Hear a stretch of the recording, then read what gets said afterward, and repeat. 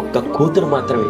ఈరోజు అబ్బాయిలు ఏదున్నా కూడా పెద్దగా వాళ్ళు ఎమోషనల్ గా స్ట్రాంగ్ ఉండి అవతల అమ్మ బాధపడతారు, నాన్న బాధపడతారు, పెద్దగా పట్టించుకోరు. కానీ ఒక్క కూతురు మాత్రమే అటు భర్తతో ప్రేమని, భర్తతో బాధ్యతని అన్ని చూసుకుంటూ, ఇటు పుట్టింటి వాళ్ళ అన్ని విషయాల్ని తను బ్యాలెన్స్ చేస్తూ ఎంత లోపల మదన పడుతుందో.